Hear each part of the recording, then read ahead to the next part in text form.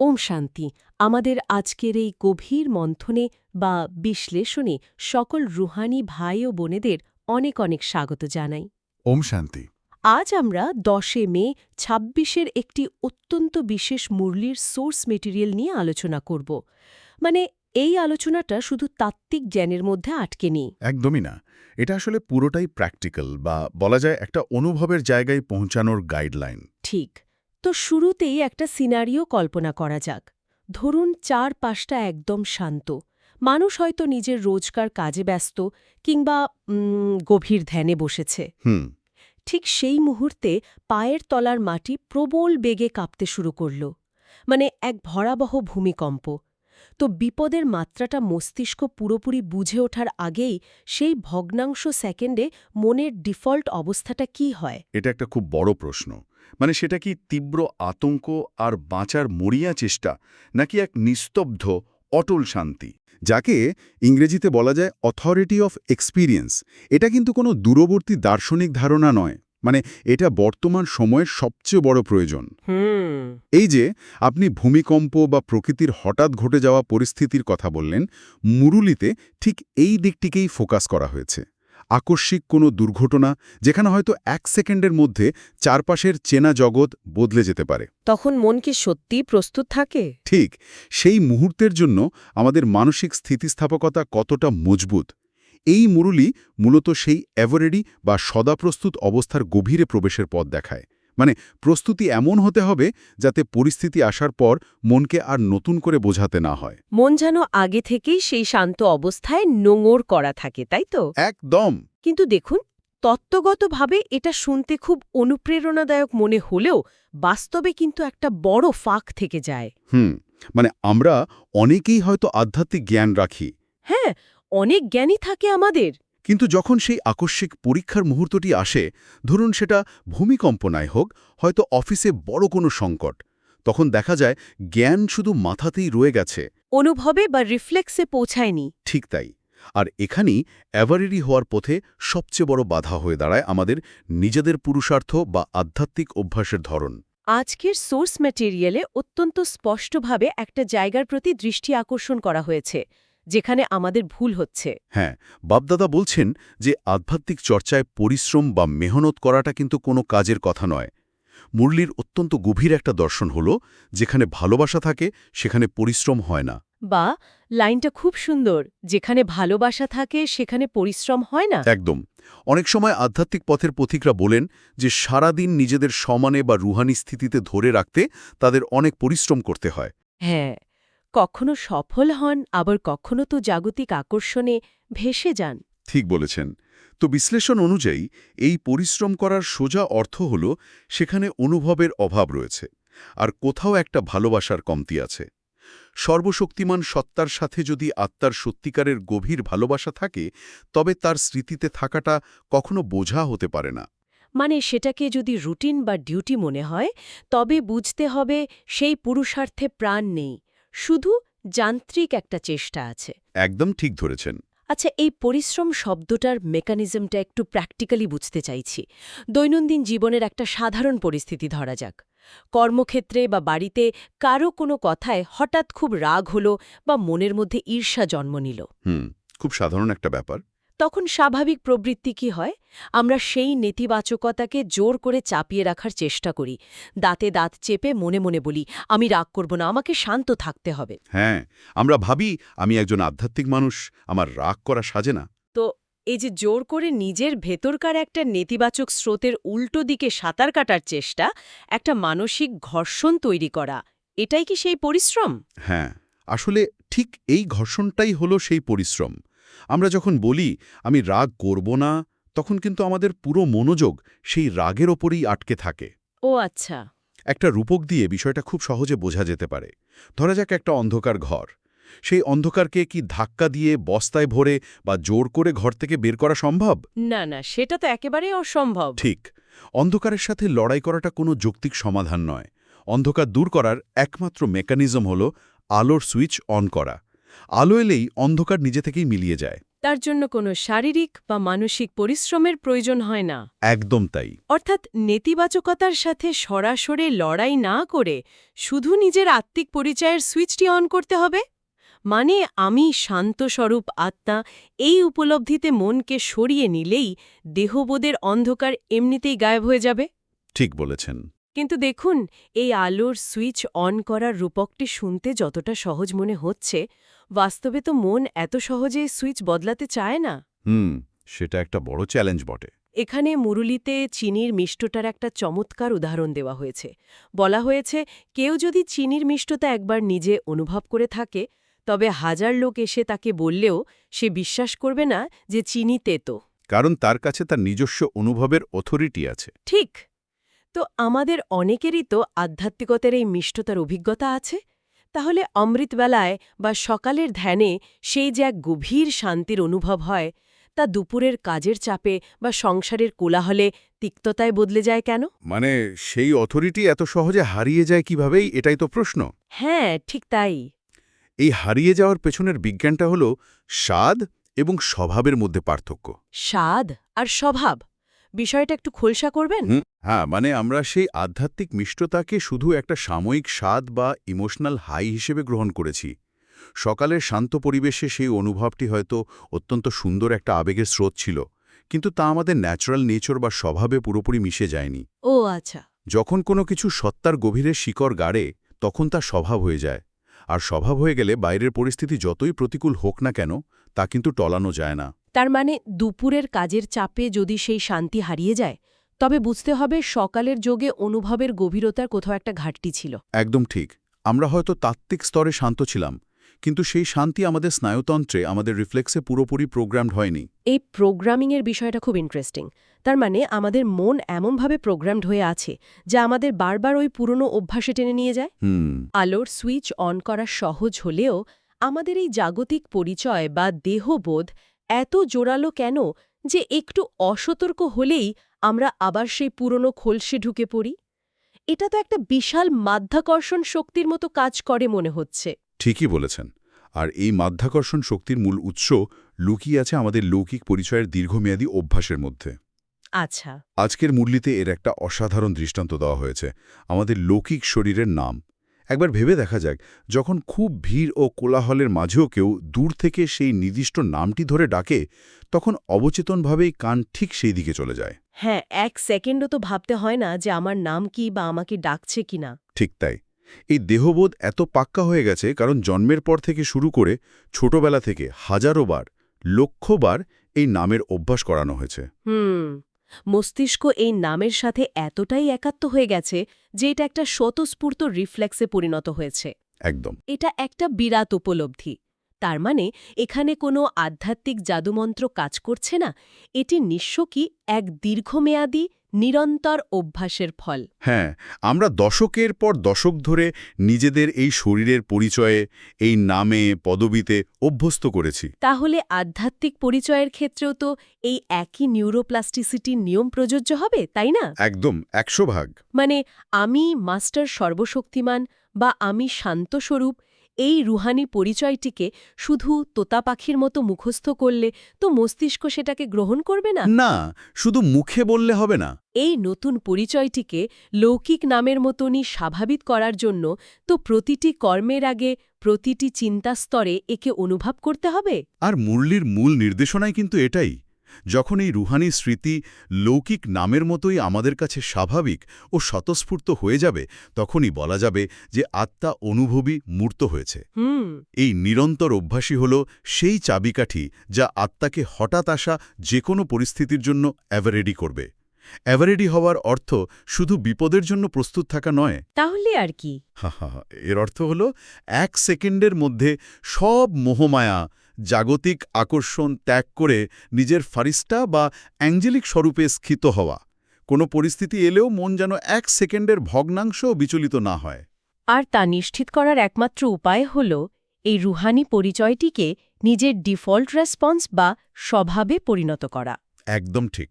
আচ্ছা, এই নিরন্তর রুহানি পরিচয় কিভাবে আমাদের দৈনন্দিন জীবনে প্রতিফলিত হয় সেটা কিন্তু একটা বড় বিবেচ্য বিষয়। বিশেষ করে অন্যদের সাথে সম্পর্কের ক্ষেত্রে। সম্পর্কের জায়গাটা সবসময় খুব ট্রিকি। আধ্যাত্মিকতার যে 4টি মূল স্তম্ভ আছে, জ্ঞান, যোগ, ধারণা এবং সেবা, অনেক সময় মনে হয় জ্ঞান মানে হয়তো অনেক বই পড়া বা আধ্যাত্মিক বিষয়ে চমৎকার বক্তৃতা দেওয়ার ক্ষমতা। কিন্তু এই সোর্স মেটেরিয়াল তো এই 4 সাবজেক্টকে সম্পূর্ণ ভিন্ন মাত্রায় তুলে ধরেছে। হ্যাঁ, মুরলি অত্যন্ত স্পষ্টভাবে বলছে যে শুধু মুখে বলা জ্ঞান প্রকৃত জ্ঞান নয়। জ্ঞান হলো লাইট এবং মাইট। লাইট আর মাইট। হ্যাঁ, লাইট মানে স্বচ্ছতা বা সঠিক পথের দিশা, আর মাইট হলো সেই পথে চলার অভ্যন্তরীণ শক্তি।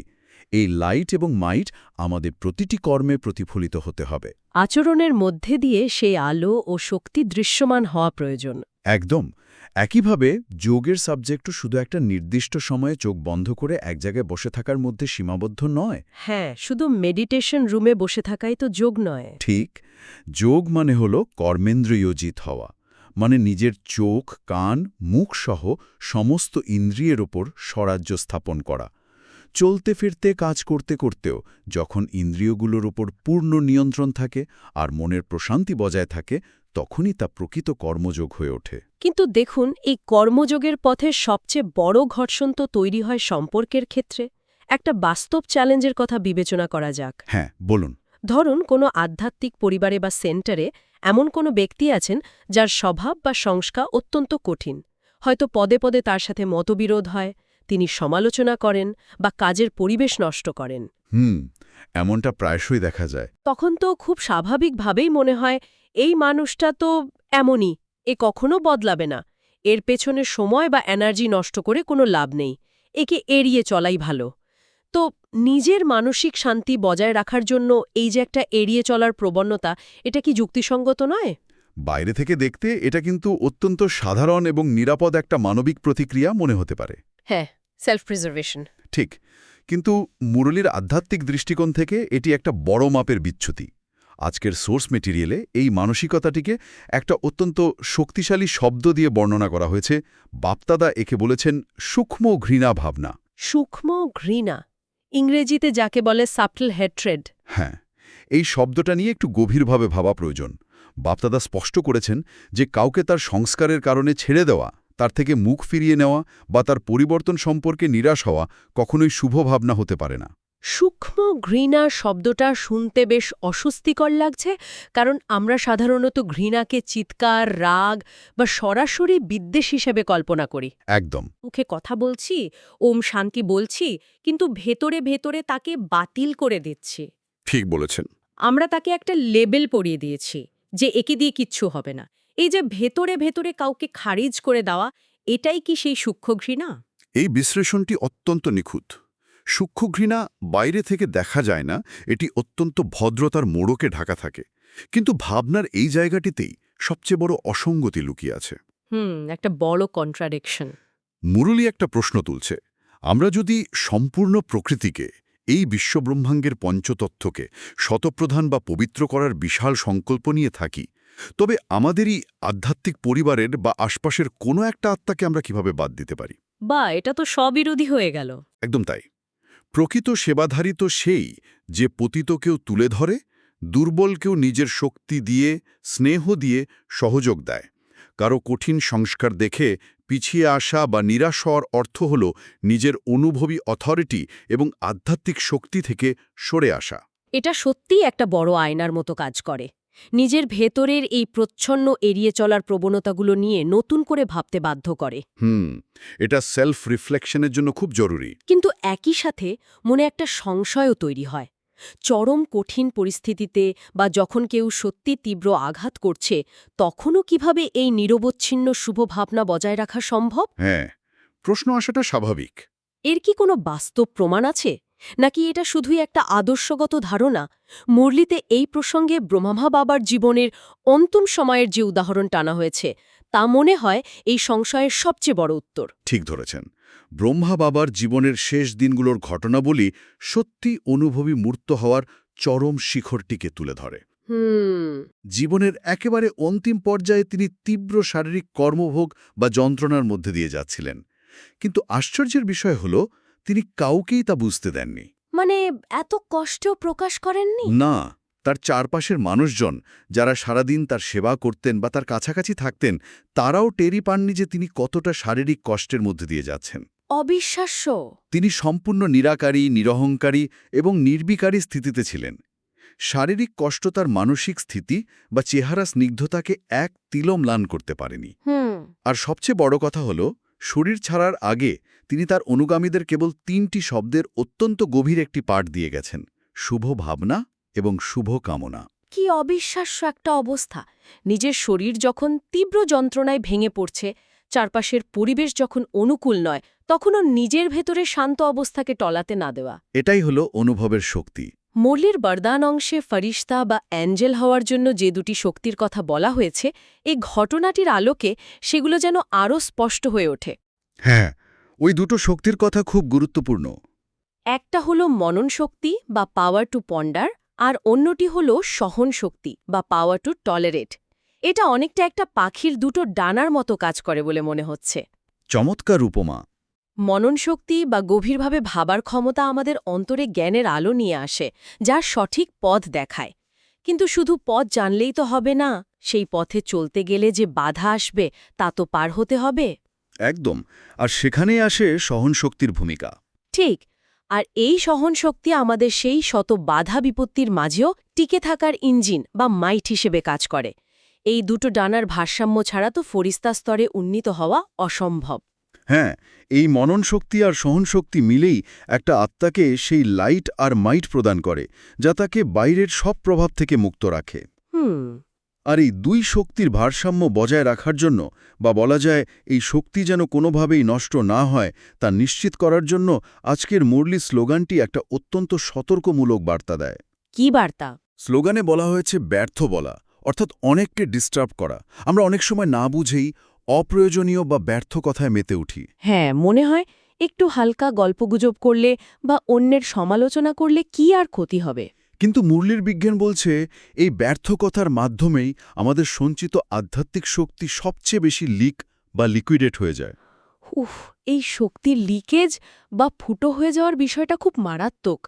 আমরা ঘন্টার পর ঘন্টা হয়তো ধ্যান করছি বা মনন করছি, কিন্তু তারপর আধ ঘন্টা কারো সাথে অপ্রয়োজনীয় পরচর্চা করে সেই পুরো শক্তিটাকে শূন্য করে দিচ্ছি। শুধু নিজের ক্ষতি নয়, এর ফলে আমরা অন্যদের মনের শান্তিতেও বিঘ্ন ঘটাচ্ছি, তাদের মনেও সংশয় বা নেতিবাচকতার বীজ বুনে দিচ্ছি। আর এভাবেই আমরা সেই অনুভবী অথরিটি হওয়ার পথ থেকে ছিটকে পড়ি, আর আবার সেই পুরনো দেহবোধের অন্ধকারের ঘেরাটোপে আটকে যাই। আর ঠিক এই কারণেই এভারেডি হওয়ার জন্য প্রতিটি মুহূর্তে সচেতন থাকা প্রয়োজন।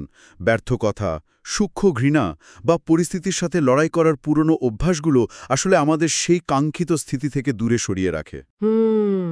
এই সব কিছু থেকে নিজেকে গুটিয়ে এনে নিজের ভেতরের আলোতে ফোকাস করাটাই হলো আসল পুরুষার্থ।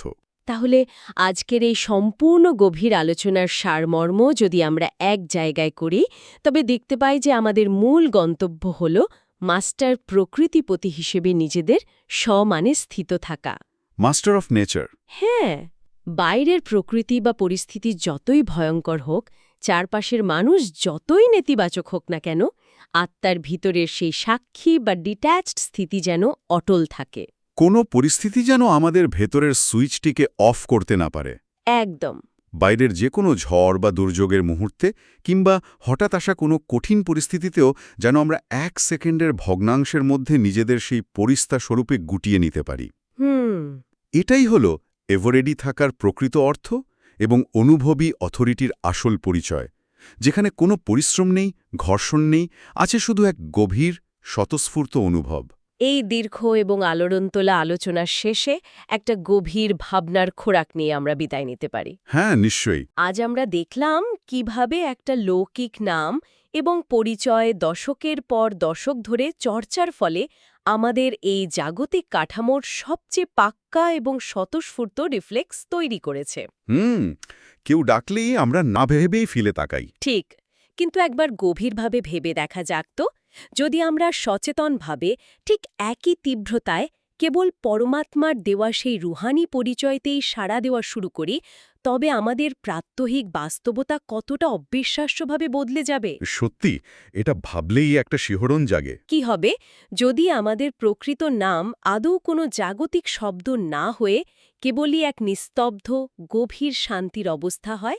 সেই অনন্ত নীরবতাই যদি হয় আমাদের একমাত্র পরিচয়। এই ভাবনার রেশ ধরেই আজ আমরা আমাদের এই আলোচনা শেষ করছি। ওম শান্তি। ওম শান্তি।